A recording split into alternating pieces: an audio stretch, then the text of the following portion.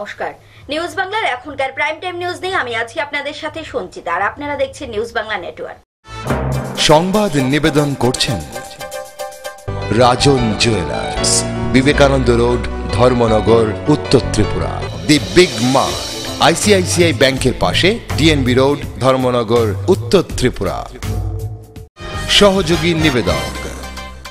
আমার অঙ্গে অঙ্গে তোমার ছোঁয়া আমায় সম্পূর্ণ করেছে। খবর এখন বিস্তারিত। মঙ্গলবার রহস্যজনকভাবে মৃত্যু হল এক গৃহবধূর। ঘটনাটি রাজধানীর পঞ্চবটি এলাকায়। জানা যায় মৃতা গৃহবধূর নাম বুলটি দেব। এটি খুন না আত্মহত্যা তা খতিয়ে দেখছে পুলিশ। রাজধানী লাগোয়া বলদাখাল পঞ্চবটি এলাকায় রহস্যজনকভাবে মৃত্যু হলো এক গৃহবধূর। মৃত গৃহবধূর নাম বুলটি দেব, স্বামী শেখর দেব। মঙ্গলবার সকালে নিজ ঘর থেকে ঝুলন্ত অবস্থায় বুলটির মৃতদেহ উদ্ধার হয়। মৃতার বাপের বাড়ির লোকজনদের অভিযোগ, বুলটিকে পরিকল্পিতভাবে হত্যা করে ফাঁসিতে ঝুলিয়ে রাখা হয়েছে।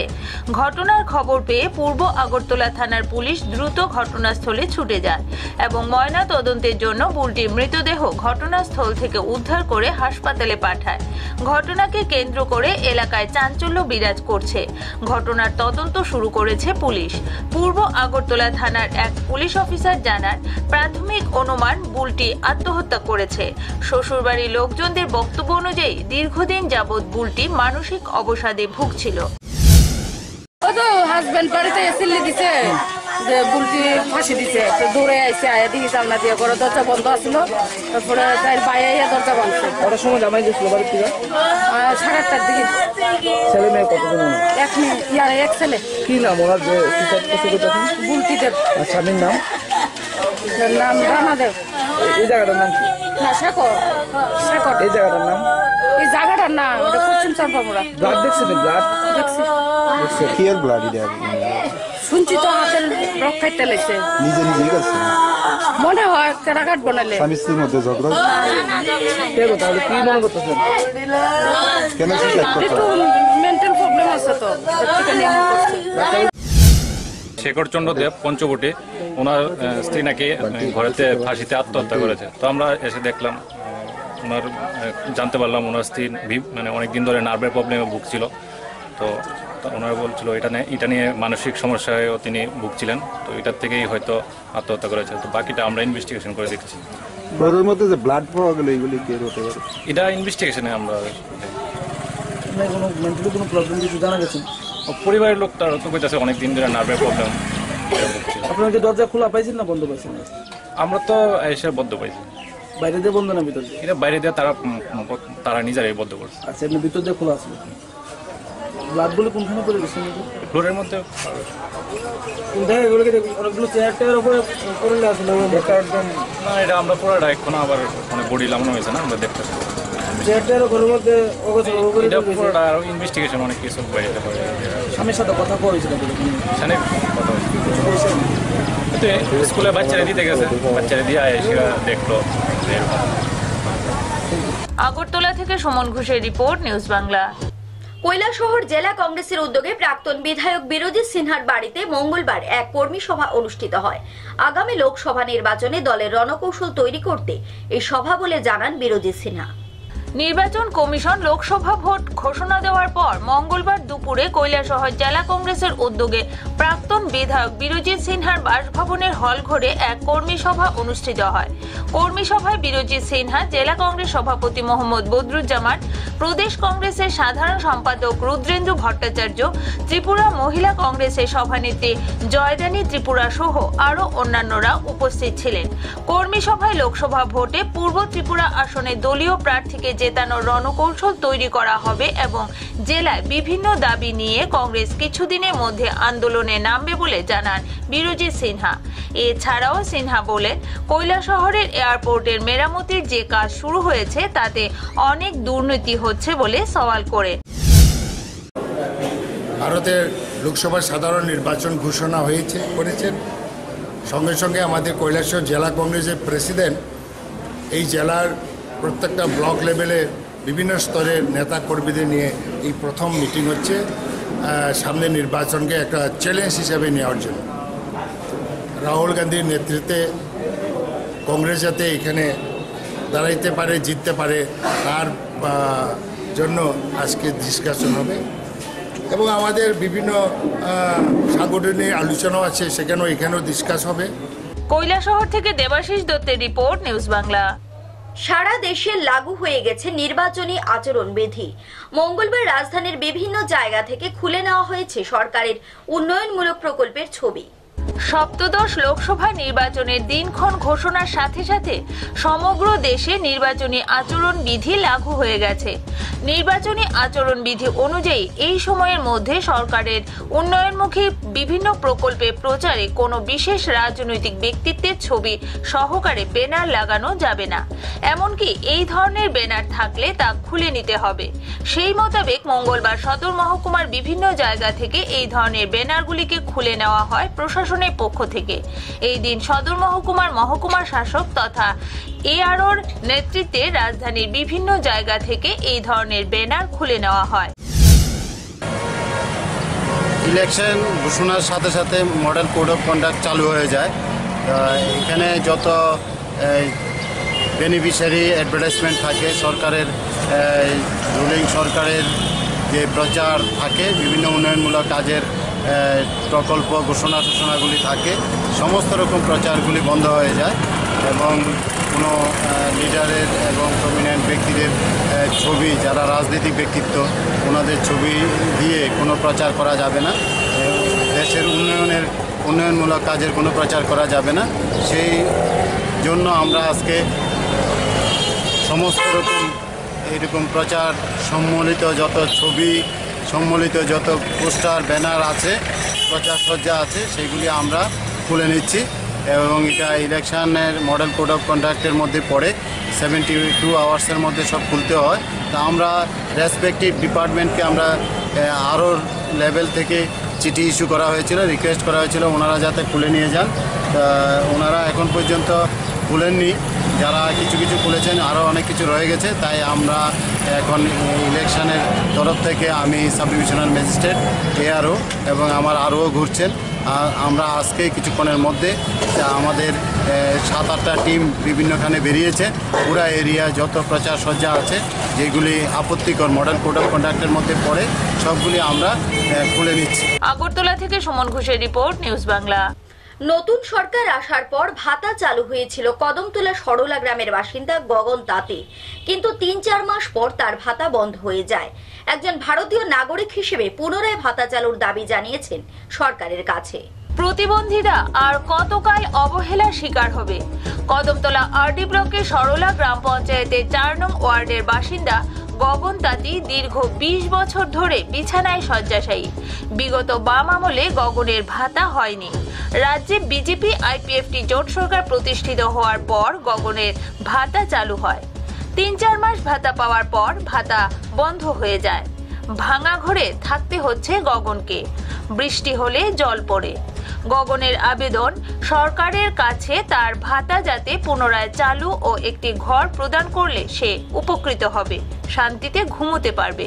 একজন ভারতীয় নাগরিক হিসেবে এটাই তার দাবি। বাড়িঘর লয়া সমস্যা, বৃষ্টি দিলে বাড়িতে থাকতে পারি না, উপরে জল পড়ে, টিন নষ্ট, ছেদা ছেদা হয়ে গেছে, এই জন্য বাড়িতে থাকতে পারি না, উপরে জল পড়ে। তুফান দিলে আমার বাড়িঘর একবারে দরজা একবারে উড়িয়া ফেলাই দেয়। তবুও গ্রামের ছেলেরা যারা আসেন এখানে একটু দরজা ঠিক করে দেয়। কতদিন এরকম চলবে স্যার? যে আমার পরিজন হইল ভাতা আর একটা বাড়ি, বাড়ি হইলে আমার শান্তিটা হইয়া পড়িয়া থাকবে।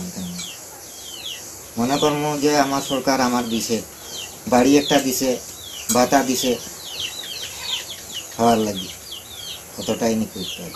চুরাইবাড়ি প্রতিনিধি রিপোর্ট, নিউজ বাংলা। মঙ্গলবার রাজধানীর সিপিআইএম রাজ্য দপ্তরে অনুষ্ঠিত হয় সিপিআইএম এর রাজ্য কমিটির বৈঠক। এই বৈঠকে উপস্থিত ছিলেন পলিট ব্যুরো সদস্য মানিক সরকার সহ অন্যান্যরা। সপ্তদশ লোকসভা নির্বাচনকে সামনে রেখে মঙ্গলবার অনুষ্ঠিত হল সিপিআইএম রাজ্য কমিটির বৈঠক। সিপিআইএম রাজ্য দপ্তরে অনুষ্ঠিত হয় এই বৈঠকে সিপিআইএম পলিট ব্যুরো সদস্য মানিক সরকার সহ দলের রাজ্য কমিটির সদস্য ও সদস্যরা উপস্থিত ছিলেন। মূলত লোকসভা নির্বাচনকে সামনে রেখে এই দিনের এই বৈঠক।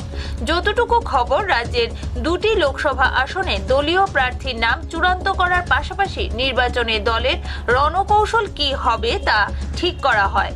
এছাড়াও বর্তমান অবস্থায় দাঁড়িয়ে কিভাবে দলের শক্তি বৃদ্ধি করা যায় তা নিয়েও বৈঠকে আলোচনা হয়েছে বলে খবর। আগরতলা প্রতিনিধি রিপোর্ট, নিউজ বাংলা। সময় হয়ে গেল একটি বিজ্ঞাপন বিরতির। ফিরে আসছে বিরতির পর, সঙ্গে থাকুন। এবার ছুটিতে পরিবার প্রিয়জনদের নিয়ে বেড়াতে যাবার কথা ভাবছেন? উমরা, হজের ও ট্যুরিস্ট ভিসার কথা ভাবছেন? আসুন কদমতলা বাজারে A to Z tour and ট্রাভেলসে। আমরা খুব সহজভাবে আপনার ট্রেন টিকিট ও ফ্লাইট টিকিটের সব বন্দোবস্ত করে দেব, তাও আবার খুবই কম খরচে। এছাড়া A to Z tour and ট্রাভেলসে আপনারা পাবেন মানি ট্রান্সফার এবং সব ধরনের অনলাইন সার্ভিসের পাশাপাশি ডোমেস্টিক এবং ইন্টারন্যাশনাল ফ্লাইট টিকিটের লো ফেয়ার। তাই এবার ভারতবর্ষ তথা বিশ্বের যে কোনো জায়গায় ফ্লাইট টিকিট ও ট্রেন টিকিটের জন্য আসুন A to Z tour and ট্রাভেলসে, মেইন রোড, কদমতলা বাজার, উত্তর ত্রিপুরা।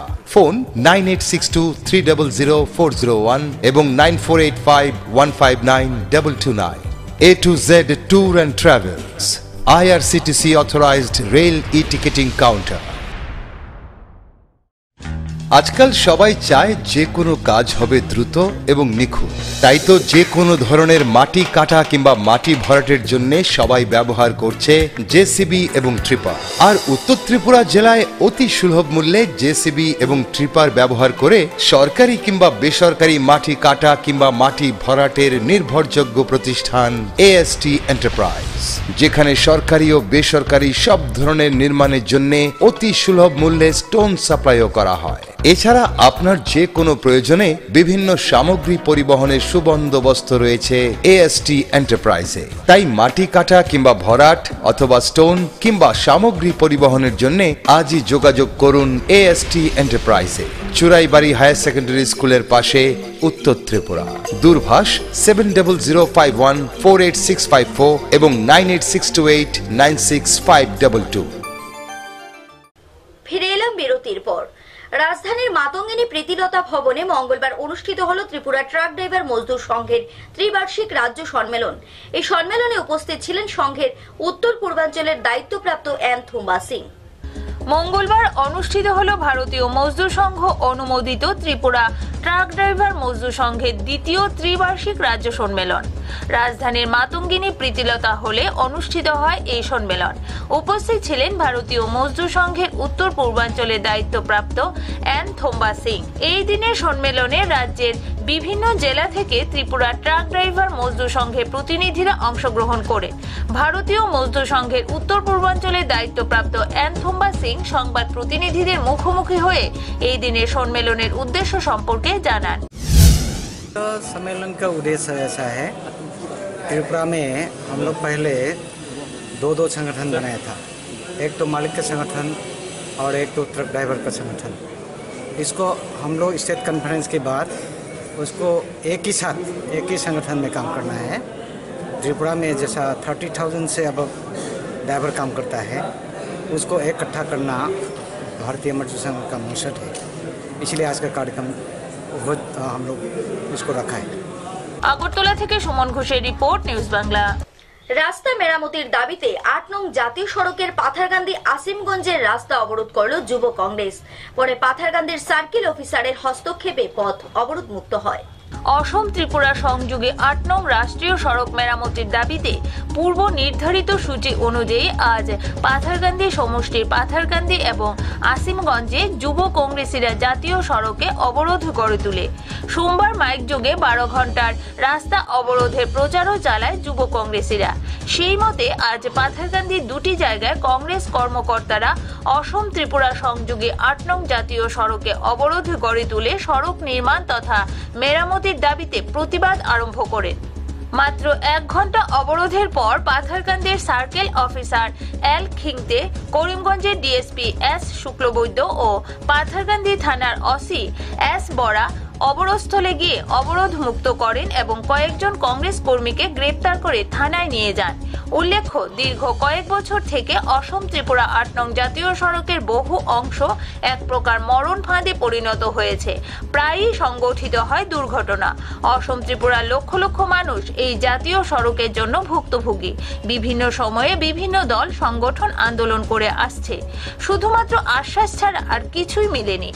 আজ অবধি রাস্তাটির ময়না থেকে তিনখাল অংশের শোচনীয় অবস্থার মেরামতির জন্য কোনরূপ পদক্ষেপ নেই। আজকে দীর্ঘদিন ধরে আমাদের ৮ নম্বর জাতীয় সড়কের এই অবস্থা, এক ফোঁটা বৃষ্টি দেওয়ার মাত্রই আমাদের জাতীয় সড়কে হাঁটু না জল হয়ে দাঁড়ায়। সেই সমস্ত বারবার আমরা সরকারের কাছে বিবৃতি দেওয়ার সঙ্গে কাজ হয়নি। আজ অবধি কাজ আমাদের এখানে এক ফোঁটাও কাজ হয়নি, কিন্তু অন্যত্র কাজ চলছে। দেখা যাচ্ছে যে পোয়ামারা থেকে করিমগঞ্জের পোয়ামারা থেকে চড়াইবাড়ি পর্যন্ত রাস্তার যে অবস্থা, আর বিশেষ করে পাতারকান্দি থেকে এই ময়না পর্যন্ত যে অবস্থায় যে বোঝা যাচ্ছে যে এটা কাজগুলো হবে, সেই কাজগুলো বন্ধ করে রাখা হয়েছে। আমাদের এই দুরবস্থার জন্য আমরা বারবার সার্কুল অফিসারের মাধ্যমে আমরা মেমোরেন্ডাম দিয়েছি, আমরা প্রতিবাদ সাব্যস্ত করেছি, কিন্তু উনি প্রতিশ্রুতি দিয়েছেন ওনার এসডিও নিয়ে যে অতি সত্বর কাজ আরম্ভ হবে। তাই আমরা সময়সীমা দিয়েছিলাম যে এখানে কাজ অতি সত্বর আরম্ভ হওয়ার জন্য, কিন্তু আজ অবধি কাজ আরম্ভ না হওয়াতে আমরা পুনরায় আজকে এই স্ট্রাইকে আমরা বাধ্য হয়েছি। আমরা গণতান্ত্রিক পর্যায়ে যে আমাদের দাবি আদায় করতে আমরা আজকে মাঠে নেমেছি। আমরা যুব কংগ্রেস, প্যারেন্ট কংগ্রেস, সব ধরনের সংগঠন, এনজিও, ছাত্র সবাই মিলে আমরা ঐক্যবদ্ধ হয়ে আজকে আমরা পথ বন্ধ করছি। কাঁঠালতলী প্রতিনিধি রিপোর্ট, নিউজ বাংলা। গত 7 জানুয়ারি গন্ডাছড়া থেকে অপহৃত হয়েছিল ঠিকাদার মিঠুন মজুমদার। পরবর্তীতে বিশালগড় ও গন্ডাছড়া দুটি থানায় 2 অভিযুক্তের বিরুদ্ধে মামলা করা হলেও আজ পর্যন্ত খোঁজ পাওয়া যায়নি মিঠুন মজুমদারের। ঠিকাদারকে অপহরণ করে নিয়ে যাওয়ার পরিবারের পক্ষ থেকে প্রথমে বিশালগড় থানায়, পরবর্তী সময়ে গন্ডাছড়া থানায় 2 অভিযুক্তের বিরুদ্ধে মামলা করা হয়। ঘটনার বিবরণে জানা যায়, পূর্ব গোকুলনগর এলাকার রঞ্জন মজুমদারের ছেলে মিঠুন মজুমদার গত 7 বছর যাবৎ তার মামার বাড়ি থেকে ঠিকাদারের কাজ করে এবং সঙ্গে গাড়ির ব্যবসাও চালিয়ে যাচ্ছে। পরবর্তী সময়ে সামান্য ব্যাপার নিয়ে মামার সাথে ঝামেলা হওয়ায় গন্ডাছড়া এলাকার অন্য ঠিকাদার অভিজিৎ সাহার সাথে শেয়ারে কাজ করে যাচ্ছে মিঠুন। শেষ পর্যন্ত অভিজিৎ সাহার নজর পড়ে মিঠুন সাহার টাকার উপর। অবশেষে গত 7 জানুয়ারি অভিজিৎ সাহা তার এক বন্ধু রঞ্জন দেবনাথ মিলে রাত্রিবেলা গাড়িতে করে মিঠুনকে উঠিয়ে নিয়ে যায় বলে অভিযোগ। এ ব্যাপারে মিঠুনের বাড়িতে খবর আসতে অভিজিৎ সাহা এবং রঞ্জন দেবনাথের বিরুদ্ধে মামলা করে তার পরিবার। গাড়ি সহ আজ পর্যন্ত মিঠুনের কোনো খবর পাওয়া যায়নি। ছেলে আজকে 7 বছর যাবত গন্ডাছড়া ব্যবসা লেগে গেছে মামার এনো, এরপরে কাজের মামার লগে টক গেছে, এরপরে ভাড়া গেছে কারখানা। এরপরে অভিজিৎ যে হ্যাঁ হুদ্দা পার্টনারশিপে কাজ করে কন্ট্রাক্টারি, ওই কাঞ্চনপুরের রঞ্জন দেবনাথের লাইসেন্স দিয়ে, এরপরে বেজার লাগাই দিয়েছে টাকা পয়সা সব তারা এখন মানে আত্মসাৎ করেছে লাইসেন্সের। আমার প্রতি কিছু পাইছে না। গন্ডাছড়া 10-12 বার বিচার বইছে, বিচারের মধ্যে তার পক্ষে হয়েছে কাজ শেষ করতো, এরপরে উইব কাজ শেষ করে লাস্ট পর্যন্ত টাকা পয়সা কিছু পাইছে না। হ্যাঁ এরপরে হ্যাঁ মনে করো আমপাশার লাইনে কাজ করে সুশান্ত ঘোষ আর শীতল কি জানা জানি নম দাস গন্ডাছড়া বাড়ি। এর হেরার লগে ব্যবসা করে বলে আবার। এরপরে হেরা এই সেদিনকে ওই 7 তারিখ জানুয়ারি 7 তারিখ গন্ডাছড়া গেছে আমার ছেলে গাড়ি লিয়ে গেছে, আটক করছে। এরপরে শীতলে ভাগাই দিছে, হেরে কইছে ভাগো। এই যে আটক করছে কে? আটক করছে কয়েকজন ছেলে, 10-12 জন আইছে। এরপরে হ্যাঁ বলে গাড়ি লিয়ে গেছে গা, ফিচে বলে বাইক লিয়ে দাঁড়াইছে। এরপরে আরো 2 জনের আসিল হেরকার লগে, একজনের দুটো মারছে পরে থানার পুলিশ টুলিশ হয়েছে শুনছি আমরা। আপনার মনে কি অভিজিৎ আর রঞ্জন জড়িত আছে এর সাথে? জড়িত না থাকলেও মনে করো তারা না থাকলে কেরা করবো, গন্ডাছড়া তো আমার এমন শত্রু নাই। এখন 7 তারিখ পরে আর পাওয়া যাচ্ছে না আপনার ছেলে নাকি? না, আমরা মনে করো খবর পাইছি না। ছেলে ভাবছি মোবাইলে সুইচ অফ বা শ্বশুর বাড়ি গেছে বা এরকম হয়, 1.5-2 মাসও ফোন করে। আমরা থানায় অভিযোগ করছেন? হ্যাঁ থানায় গেছি, বিশালগড় থানায় আজকে 6 দিন এসে কেস দিছি। আপনি শুনছেন কবে ঘটনাটা? আমরা 28 তারিখ মানে এই ঘটনা শুনছি। এমনি তো ফোন পাই না, খুঁজতে এগুলো মনে মনে কই আছে। 28 তারিখ শুনছি এই ঘটনা হয়েছে। আপনার মনে হয় কি ঘটনা কি হইতে পারে? কেউ মনে করো যে ছেলেটি দৌড়াইছে তার লগে কোনো আমার ছেলের ব্যবসা নাই। আমি গন্ডাছড়া থেকে খবর লইছি, তাহলে তারা যে কোনো মানুষই ফাটাইছে, নাহলে শুধু তারা হামলা। তার মধ্যে মনে হয় অভিজিৎ আর রঞ্জন জড়িত আছে নাকি? রঞ্জন না থাক অভিযুক্তি করাইতেছে কি বিজনেস করে আপনার ছেলে ওই জায়গাত? কন্ট্রাক্টদারি কাজ করে। নাম কি? মিঠুন মজুমদার। আর বাড়ি কোন জায়গা? বাড়ি তো বিশালগড় গোকুলনগর। আপনারা এখন কি চান? এখন আমার ছেলেরে খুঁজে দিত পুলিশের কাছে, আমি ইয়ে করছি, এখন কোনো খোঁজ পাইতেছি না। বিশালগড় প্রতিনিধি রিপোর্ট, নিউজ বাংলা। মঙ্গলবার টিএসআর এর প্রথম বাহিনীর 35তম প্রতিষ্ঠা দিবস পালিত হয় গোকুলনগরের মূল কার্যালয়ে। প্রদীপ প্রজ্বলন করে এই অনুষ্ঠানের উদ্বোধন করেন আইজিপি ক্ষত্রজয় রিয়াং।